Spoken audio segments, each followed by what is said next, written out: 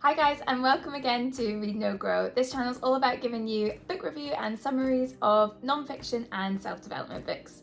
And this week's book is Eat That Frog by Brain Tracy. I'll pop a wee photo of the book here because I can't find the book anywhere in my flat.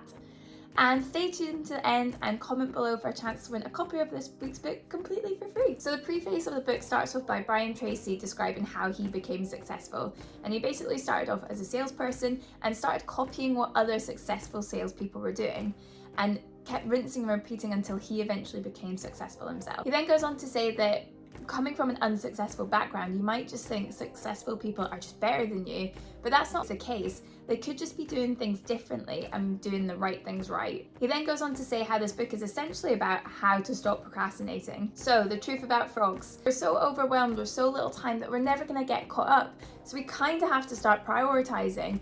And there's usually this one biggest task, which is usually our biggest frog, that would give us the most satisfaction and actually have the most impact on our life if we just got it done, but we tend to put this off. So the first rule of frogs is if you have two frogs, you've got to eat the biggest, ugliest, wartiest frog first. So that usually means if you've got two tasks and one's harder and one's a little bit easier, we'll tend to go for the easier one. But Brain Tracy argues that getting that biggest one out the way first is the best way. It's just trying to discipline yourself to get the biggest, hardest task done out the way. And it usually gives you the most satisfaction as well. Think about going to the gym. I've changed up my gym routine now that I do the Bulgarian squats first because I absolutely hate them. But I know that that's them out the way and that's the hardest thing. And it's one of my biggest muscles. So once that's out the way, it's all the rest of the workout seems so much easier. The second rule of eating frogs is if you have a live frog, it doesn't pay just to sit and watch it for a really long time. You're better off just to get tucked in and get out of the way. I mean, kind of think about it I'm a celebrity. You know, when they just sit and watch and they just stare at the ox balls or whatever it is, you know, they're probably better off just putting it down the hatchet. It's the same kind of thing with your hardest task.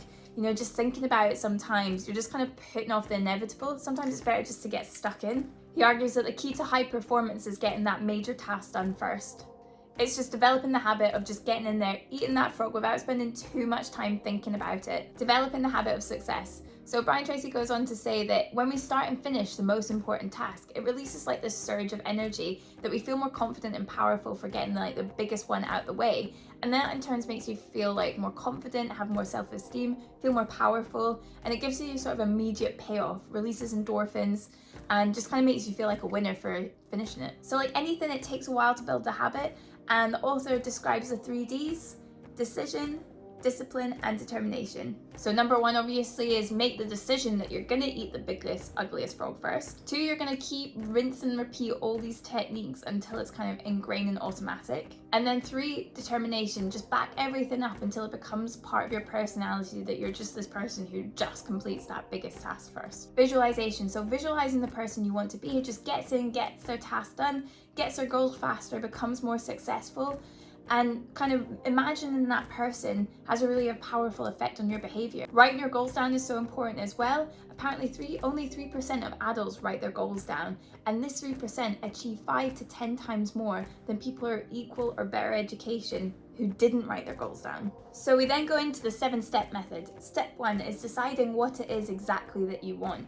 So this could be sort of chatting with your manager at work and just kind of getting clear on what your top priorities are. Because it's really unfortunate when we spend a lot of time on a task and we do it really well that actually needn't be done. There's a quote in the book by Stephen Covey that if the ladder is leaning against the wrong place, every step we take just takes us faster to the wrong place.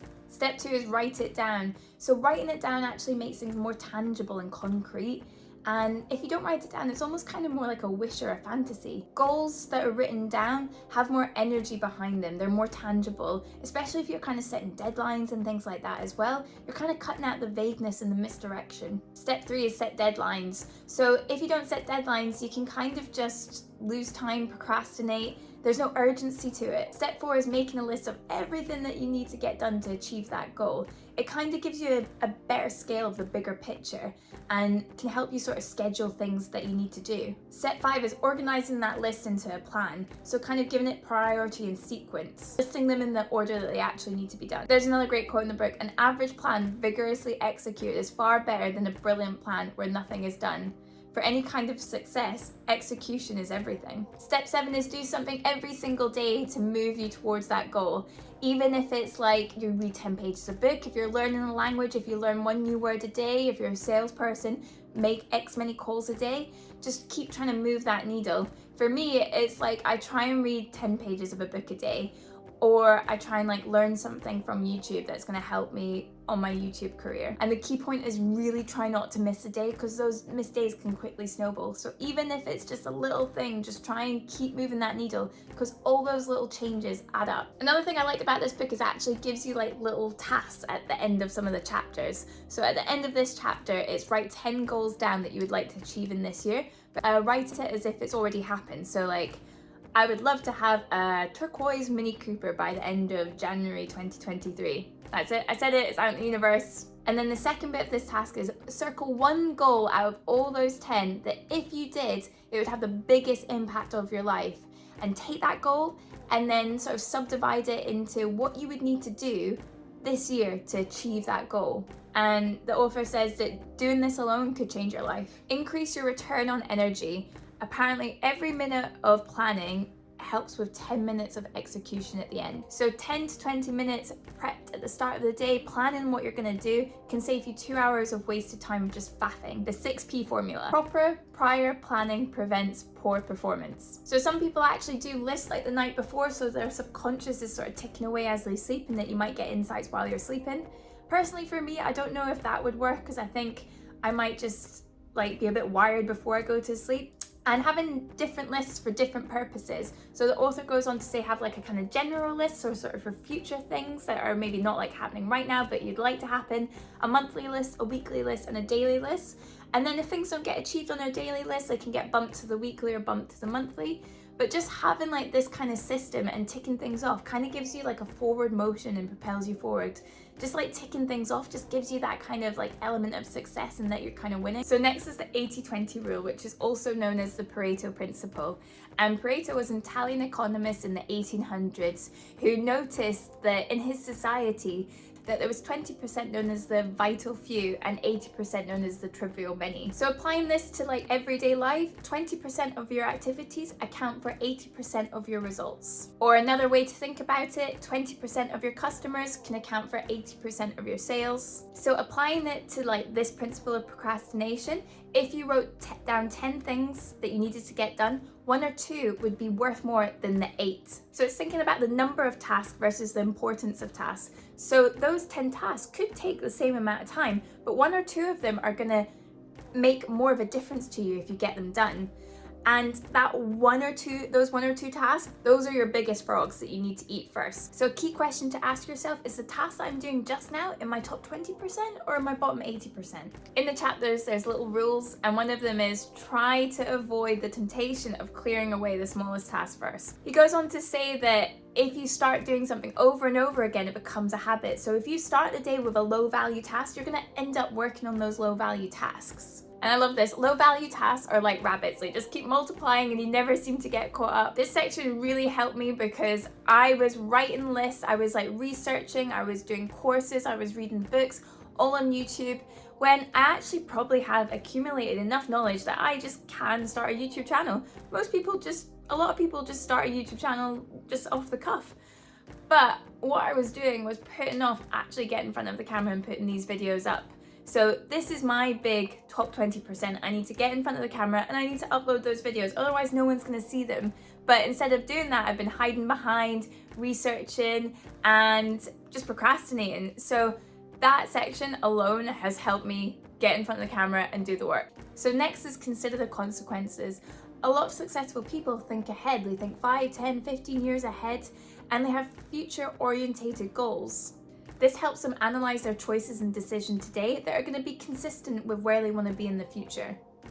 So another little rule in the book is long-term thinking improves short-term decision making.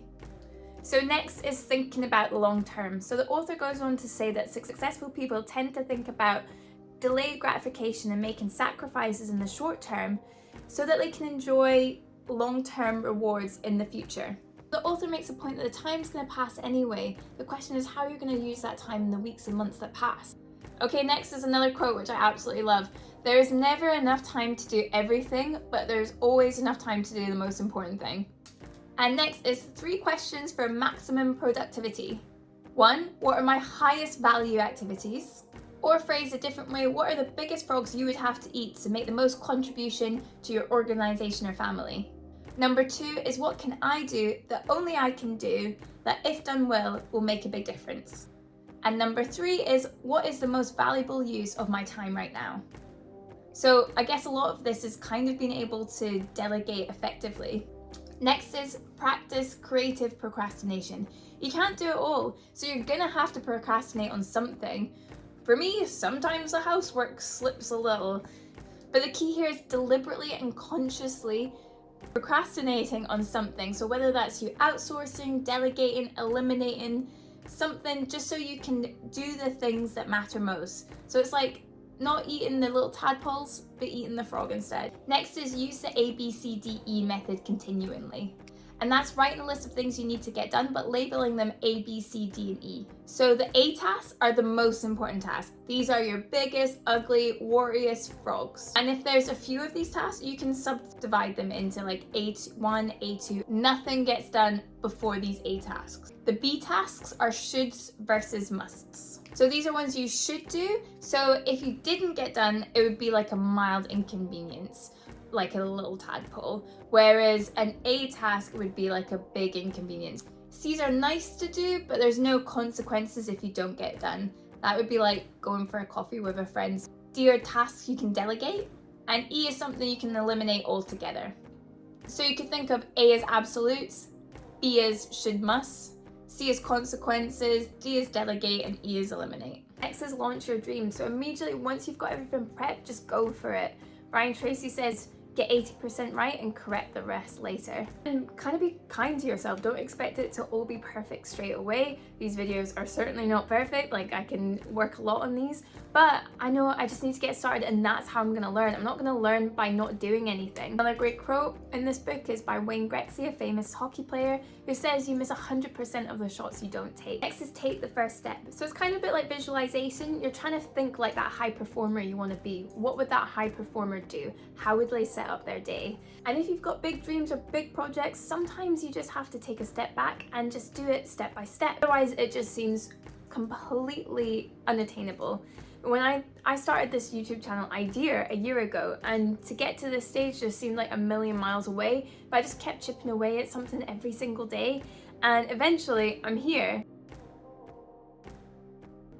This is the 3 steps to mastery. So number 1 is try and get up early if you can, or just spend a little bit of time, even if it was like 10 to 30 minutes a day, reading about something in your field. That could be a magazine, an article, whatever. Number 2 is go to seminars, webinars on your field. That way you can maybe chat with people who are more experienced than you and learn more knowledge that way. Number 3 is listen to audiobooks. Apparently the average person spends about 500 to 1,000 hours in a car a year. That is so much dead time that you could be listening to an audiobook on your field. Next is put pressure on yourself. A lot of us are kind of waiting for someone to maybe motivate us, and that person sadly isn't coming. We have to motivate ourselves. Great leaders set their own deadlines, they put pressure on themselves. They're not waiting for someone else to do that. There's a quote in the book that some people are waiting on the street for buses where there are no buses. And sometimes that biggest, ugliest frog, we just need to eat it ourselves. Next is control your inner dialogue. How you speak to yourself on a daily basis really impacts your self-esteem, impacts your motivation, impacts your discipline. So, on the days that you're feeling down, you just have to keep telling yourself you can do this and not let that doubt creep in. According to the book, optimistic people seem to be most effective in every single area of life. There are 4 special sets of behaviors. Number 1 is always look for the good in every situation. Even if it went wrong, try and find the beneficial aspect. Number 2 is optimist, try and seek the valuable lesson in every situation. Say if it was like a bad relationship, you were heartbroken. But going forward, now you know some lessons. Now you're like, those red flags, I see those. I'm gonna back away now because I got really stung last time. Number 3 is look for the solution in every problem. Instead of complaining or blaming, they just think, okay, what's next? Okay, this has happened, how do we move forward? Become action orientated. And lastly, number 4, they're always thinking forwards and not backwards. They're always thinking what their next goals are. Just focus your attention. we've got this kind of attraction of distraction thing going on, where anytime you get a DM, a text message, you want to check it. It's like you twitch, like when you see it, like you can't leave it. But all that distraction is just taking you off your work, and your brain takes a while to kind of refocus back on the task that you've just been doing. So it's no wonder that we're spending so much time getting tasks done when you're constantly flipping back and forth. Next is the multitask illusion.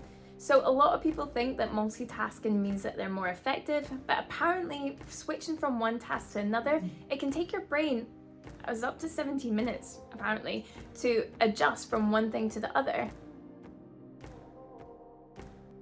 So trying to give a slice of time for a task usually means that you kind of develop a forward momentum, and you start like, oh, okay, I'll just do 10 minutes, but then you kind of get stuck into it and it ends up being longer anyway. So if it's a task that you definitely don't want to do, maybe try and just say, I'll just do 15 minutes. And you usually find that once you start, you kind of get into your groove. And those are all the key points in this book to help with procrastination and to help you eat that really ugly, warty frog. So I would recommend this book, especially if you're feeling a little bit unmotivated in your kind of business, career. It's short, it's to the point. There are some bits that repeat themselves a little bit, but for me that's quite good because I feel like I need a little bit of repetition for things to sort of sink in. I give this book 4 stars. You know, it's short, it does have a lot of good tips in it, and it's like easy to read. I've linked the book below down in the comments because, like I said, this is like a summary. I've not gone over every single thing. So if you felt like this was helpful and you wanted to get a little bit more, I definitely get the book as well. And that wraps up this video. So this is my second video. If you want to check out my very first one, that was The Go-Giver, which is a really great little fable. And if you like what you see, then like, comment, subscribe just to help this channel grow. And thank you so much for watching. Take care. Bye. Background, you might just think this is sex. So proper prior planning prevents poor performance. So another little rule in the book. What was that? What was that? And that's writing a list of tasks that you need to get done, but labeling, you know, I always think tidy head, tidy mind. I always think tidy space, tidy mind. This book was helpful for me. This book was helpful.